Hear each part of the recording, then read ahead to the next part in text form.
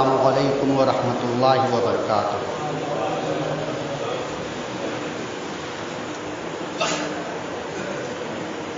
نحمده ونصلی علی رسولہ الکریم، اما بعد فاعوذ باللہ من الشیطان الرجیم، بسم اللہ الرحمن الرحیم۔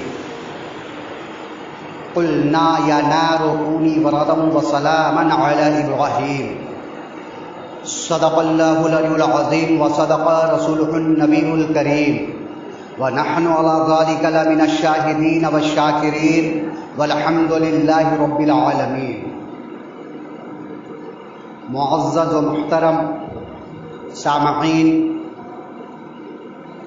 خطبہ مسنونہ کے بعد قرآن مجید لا ریب کتاب،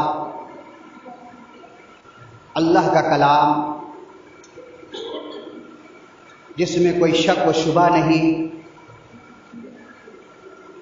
اس کتاب سے میں نے ایک آیت کریمہ کی تلاوت کرنے کا شرف حاصل کیا۔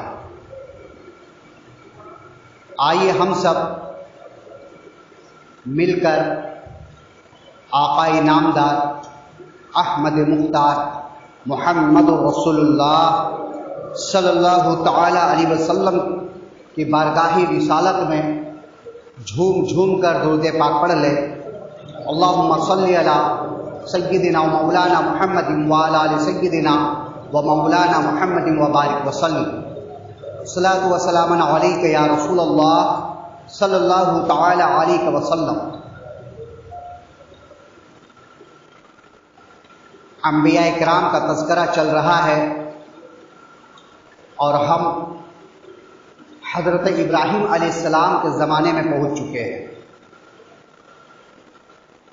گزشتہ جمعہ میں نے حضرت ابراہیم علیہ السلام کے تعلق سے کچھ بتایا تھا کہ اللہ تبارک و تعالیٰ نے حضرت ابراہیم علیہ السلام کو اس زمانے میں مبعوث فرمایا جس وقت نمرود کا ڈنکا ساری دنیا میں بج رہا تھا۔ بادشاہ اور حکومت، ساری دنیا میں حکومت تھی، بادشاہ تو تھا ہی، دھن و دولت قوت طاقت کے بنا پہ وہ خود کو خدا کہلا بیٹھا اور اپنے آپ کو خدا کہلوانا فخر سمجھتا تھا وہ، اور ہر ایک گھر میں وہ اپنی ایک مورتی کو رکھتا اور یہ حکم دیتا کہ تم اس کی عبادت کرو، اس کی پوجا کرو۔ ساری دنیا میں خدا کی عبادت کرنے والا کوئی انسان نہ تھا۔ کوئی پیڑ کو پوجا کر رہا تھا تو کوئی چاند تو سورج کو پوجتا تھا، ستاروں کو پوجا کرتا تھا، ہواؤں کو، دریاؤں کو پوجا کرتا تھا۔ نہ جانے اس زمانے کتنے معبودان پیدا ہو چکے تھے اور لوگ ایک خدا کو چھوڑ کر ہزاروں خدا بنا چکے تھے۔ اس وقت اللہ تبارک و تعالیٰ نے حضرت ابراہیم علیہ السلام کو اسی کی شہر، جس شہر میں نمرود رہتا تھا، یعنی عراق بابل کی بستی میں، اللہ تبارک و تعالیٰ نے حضرت ابراہیم علیہ السلام کو مبعوث فرمایا۔ یہاں تک آپ سامعین نے سماعت فرما چکے کہ مناظرہ ہوتا ہے حضرت ابراہیم علیہ السلام اور نمرود کے درمیان۔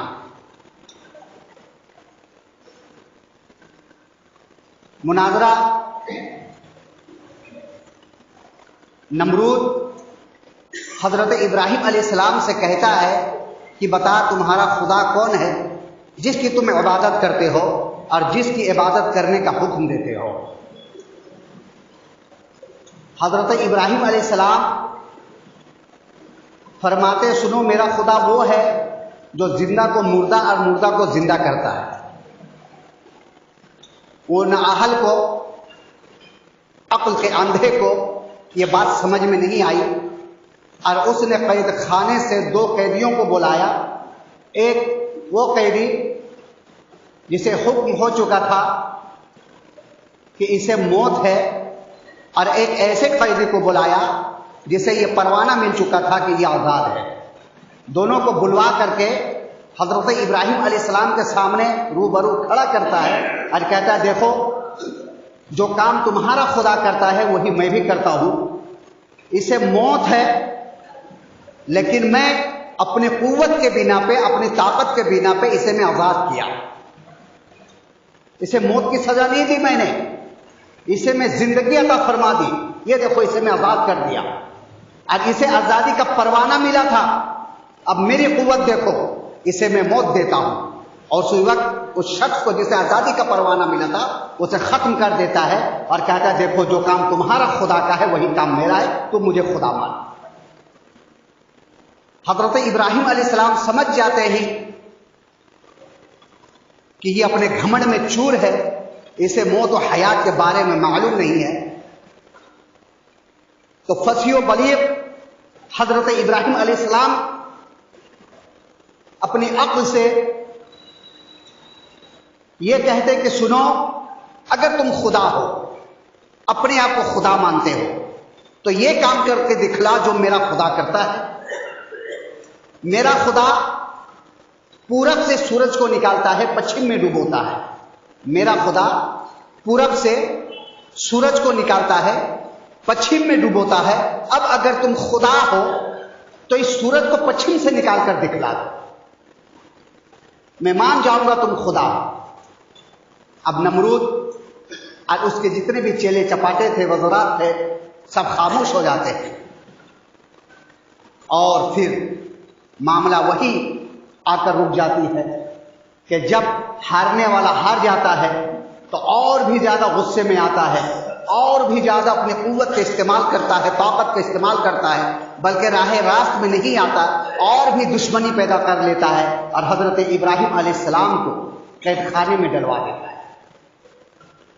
نمرود قید خانے میں ڈلوانے کے بعد اعلان کیا کہ اسے کیا سزا دی جائے. تو تمام لوگوں نے کہا کہ اسے مار دیا جائے، ہلاک کر دیا جائے، اسے سنگریز کیا جائے، پتھر برسایا جائے. پھر یہ مشورہ ہوا کہ نہیں، آگ جلائی جائے اور اسے آگ میں ڈال کر جلا دیا جائے اور ہم اپنے خداؤں کی مدد کریں. اسے آگ میں جھونک دیا جائے. اب نمرود ایک بہت بڑا آتش کدا بنوایا، 70 ہاتھ لمبا، 70 ہاتھ چوڑا، چہار دیوالی چاروں طرف سے بونڈری دلوائی اور اعلان کر دیا عراق و بابل میں کہ اس میں لکڑیاں جمع کی جائے. 6 مہینہ تک تقریباً لکڑیاں جمع ہوتی رہی. یہاں تک کہ بابل و عراق میں جو عورتیں بیمار ہوا کرتی تھی یا بچے ان کے بیمار ہوتے تھے تو منت منا کرتی تھی، منت مانتی تھی کہ اگر میرا بچہ یا میں بیماری سے صحیح سلامت ہو جاؤں تو ابراہیم کو جلانے کے لیے ہم لوگ بھی لکڑیاں اکٹھا کریں گے، جلائیں گے، جمع کریں گے.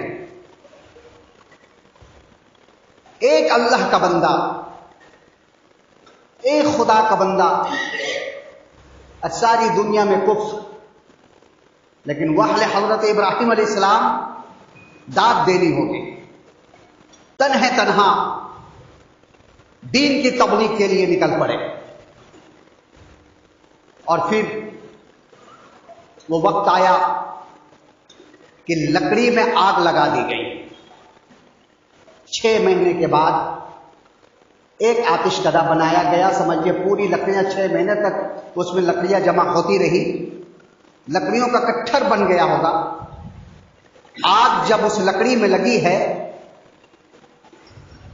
تو اس لکڑی کی آگوں کی شعلیں اس طریقے سے پرواز ہو رہی تھی، اس طریقے سے آسمان کے جانب اڑ رہی تھی کہ اگر اس کے سامنے سے یا اس کے اوپر سے کوئی پرندہ گزرتا تو اس شعلے کی گرم سے، تپش سے کباب بن جاتا، ہو جل بن جاتا. اس طریقے سے وہ آگ لہک رہی تھی. اب حضرت ابراہیم علیہ السلام کو لایا گیا قید خانے سے نکال کر کے، ہاتھوں میں پیروں میں بیڑیاں ہیں، زنجیریں ہیں لگے ہوئے، لیکن کسی کی ہمت نہیں ہو رہی ہے کہ حضرت ابراہیم علیہ السلام کو آگ میں ڈالا جائے. کوئی آگے نہیں بڑھ پا رہا تپش کی وجہ سے. کتنے دوری تک لوگ کھڑے ہیں، سوچ رہے ہیں کہ حضرت ابراہیم علیہ السلام کو آگ میں کیسے ڈالا جائے، کیسے پھینکا جائے. پھر وہی شیطان مردود جو ہمارا دشمن ہے، قرآن میں آیا ہے، ایک بزرگ کے لباس میں نمرود کے پاس حاضر ہوتا ہے اور کہتا ہے آقا میں ایک مشورہ دینا چاہتا ہوں. بولے اچھا بولو کیا مشورہ ہے؟ بولے آپ لوگ اس بندے کو آگ میں ڈالنا چاہ رہے لیکن آگ میں ڈالنے کی کوئی ترکیب نظر نہیں آ رہی ہے، اگر میں بتاؤں تو کیا آپ اس پہ عمل کریں گے؟ نمرود کہتا ہے کیوں نہیں، ضرور عمل کریں گے، بتاؤ کہ اس بندے کو کیسے آگ میں ڈالا جائے. چونکہ شیطان رہ چکا تھا جنت میں اور وہاں منجنیق دیکھا تھا،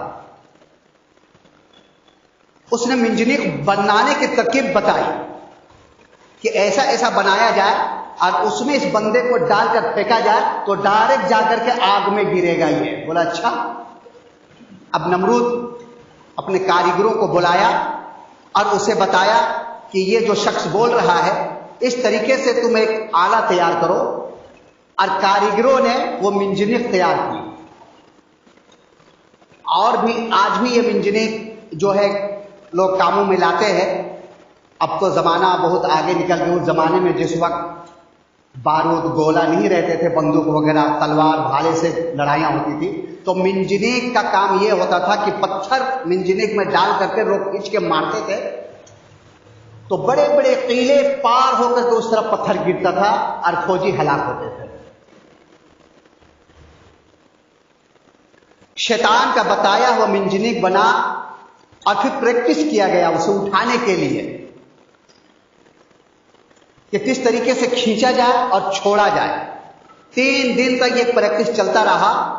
اس کے بعد حضرت ابراہیم علیہ السلام کو اس منجنیق میں بٹھایا گیا اور سینکڑوں فوجی مل کر منجنیق کو اٹھانے چاہے لیکن منجنیق اٹھی نہیں، اٹھا نہیں. سب پریشان ہو گئے کہ ابھی ہم بڑے بڑے پتھر رکھ کر کے منجنیق کو اٹھا رہے تھے تو ہم منجنیق اٹھ جایا کرتا تھا اور وہ پتھر جا کے آگ میں گرتا، لیکن یہ 17-18 سال کا نوجوان، اسے ہم اٹھا نہیں پا رہے، وجہ کیا ہے؟ پھر وہی شیطان مردود شکل و صورت بدل کر کے بہترین جوبہ امامہ پہن کر نمودار ہوتا ہے اور کہتا ہے کہ تم اس بندے کو اٹھا نہیں پا رہے ہو؟ بولے ہاں ہم لوگ بہت کوشش کر رہے ہیں لیکن منجنیق اٹھ نہیں رہا ہے. بولا سنو، تمہارے گھر میں جو عورتیں ہیں اسے بلا لا اور عورتوں کو قطار میں کھڑا کر دو. عورتوں کو لایا گیا اور ایک قطار میں کھڑا کر دیا گیا. اب وہ مردود کہتا ہے کہ ان کے سروں سے جو دوپٹے ہیں، آنچل ہے، اسے تم ہٹا دو. ان عورتوں کے سروں سے آنچل دوپٹے کو ہٹا دیا گیا اور جو ہی سر کھلا، بے پردگی ہوئی، شیطان مردود کہا منجنیق کو اٹھا، تو منجنیق فوراً اٹھا اور حضرت ابراہیم علیہ السلام آگ میں جانے لگے. جب حضرت ابراہیم علیہ السلام آگ کے جانب جا رہے تھے اس وقت ہوا، فرشتے، پانی سبھی آ کر حضرت ابراہیم علیہ السلام کے دربار میں حاضر ہوئے اور کہ کوئی مدد ہے تو بولو، میں ہوا ہوں، ایک جھونکے میں تمام آگ کو میں تتر بتر کر دوں. میں بارش ہوں، اگر میں چاہوں تو اتنی برسوں کہ یہ آگ ٹھنڈی ہو جائے. لیکن حضرت ابراہیم علیہ السلام کہتے سنو، مجھے تیری حاجت نہیں، میرا خدا مجھے دیکھ رہا ہے. توکلت علی اللہ حسبی اللہ لا الہ الا علیہ توکلت وہو رب العرش العظیم. میرا رب کافی ہے میرے لیے. آگ میں جا رہے ہیں، فرشتے مدد کے لیے آ رہے ہیں، ہوا مدد کے لیے آ رہی ہے، بارش مدد کے لیے آ رہی ہے، لیکن کسی سے مدد نہیں طلب کی ہے. حسبی اللہ لا الہ الا علیہ توکلت وہو رب العرش العظیم۔ اور آج ہمارے ساتھ کچھ برا ہو جائے تو ہم اپنی مدد کے لیے نہ جانے کہاں کہاں جاتے ہیں، لیکن خدا کی طرف مائل نہیں ہوتے ہیں، خدا سے مدد حاصل نہیں کرتے۔ اگر پریشانیاں آئے ہمارے اندر، دوسروں کے دروازے کے سامنے جانے سے پہلے اگر آپ خدا کی بارگاہ میں چلے جائیں تو انشاءاللہ آپ کی تمام پریشانیاں دور ہو جائے گی۔ وضو بنائے، مصلی بچھائے اور رب کی بارگاہ میں کھڑے ہو جائے، نماز پڑھے، سلام پھیرنے کے بعد جو پریشانیاں ہیں رب کی بارگاہ میں پیش کرے، انشاءاللہ آپ کی جو بھی پریشانیاں وہ دور ہوتے ہوئے نظر آئیں گے۔ کبھی بھی کچھ پریشانی ہو جائے لاحق تو آپ نماز کی طرف آئے، رب کی طرف آئے۔ انبیاء کرام، اولیاء کرام کسی کے دروازے میں نہیں جایا کرتے تھے۔ پریشانیاں لاحق ہوتی ہے اور ہوتی رہے گی، یہ زندگی ہے، لیکن اس کے لیے رب نے اپنا دروازہ کھول کر رکھا ہے۔ آؤ میری بارگاہ میں ہر پریشانیوں کو دور کرنے والا ہوں، میری طرف جھکو، میری طرف آؤ، میرے دروازے میں آؤ، نماز پڑھو۔ آج ہو کیا رہا ہے؟ اب حضرت ابراہیم علیہ السلام آگ میں جا رہے، آگ بھی بیٹا، یا رب قدیر، میرا کام ہے جلانا۔